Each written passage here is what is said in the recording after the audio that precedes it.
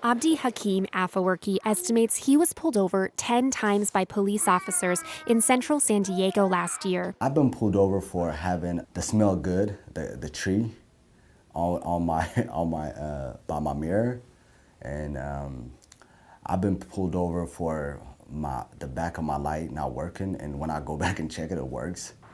I've been pulled over and never told why I was pulled over. Afewerki says when he's stopped by police in one of San Diego's predominantly Black and Latino neighborhoods, it goes something like this. It's not usual, can I have your license or registration? It's usually, for me, it's, are you in a gang? Are you from such gang? Are you on parole? Are you on probation? Are you carrying a weapon? Do you have drugs in your car? Before they even ask me my license. None of the stops left a mark on Afewerki's record. The 26-year-old engineering student says he believes the majority of the stops were racially motivated. I know if a police officer looks at my way, that there's a high probability that I will be pulled over. So when I'm driving, it is always in the back of my head, I'll get pulled over. It's sad, but basically it's a part of life of being a minority in San Diego, I guess. So has anybody here ever been stopped by the police? Yeah. Right?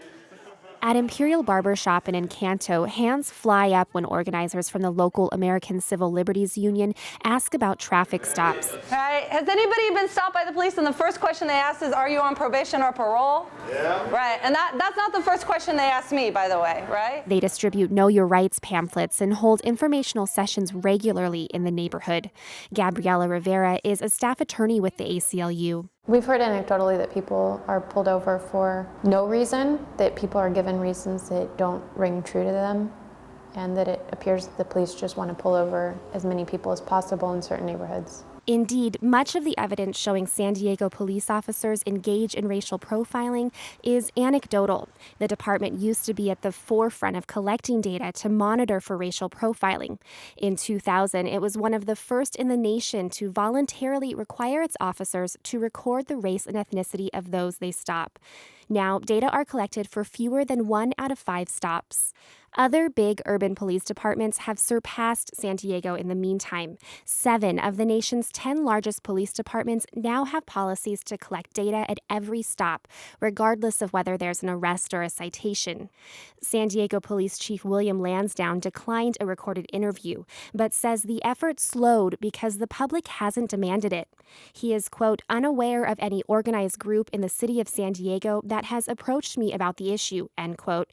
And he adds that only a handful of complaints against officers in recent years alleged racial profiling. None of them were found to be valid. But the president of the local NAACP says the issue came up when Lansdowne spoke at a recent NAACP meeting. And one of the department's own says racial profiling is still a concern. It's a very odd position to be black while blue, and that's what I call it. Benjamin Kelso is a detective sergeant in the San Diego Police Department and heads the local Black Police Officers Association. Kelso says he was stopped by his own colleagues in the 90s for looking like he might be on parole. He says things have gotten better since, but that the department should remain vigilant. Racial profiling stops do occur. Why deny that? They do occur, all right? Is it the norm? No, but I think we would be remiss to say that they don't occur at all. Kelso says simply not talking about it degrades trust in the community. And that's the case for Afewerki. When he noticed police trailing him one day last spring, he says he pulled into an ATM and took out money just so he would have a receipt with a timestamp and access to surveillance footage should something go wrong. Nobody that I know or myself do I feel safe around them. They are not there in my eyes. They're not there to protect me. They're there to harass me. So, and in my mind, I see them as of intruders of the neighborhood. Since our query, Lansdowne has asked his officers to collect data again. He says the controversy over stop and frisk tactics in New York helped inspire the move. Megan Burks, KPBS News.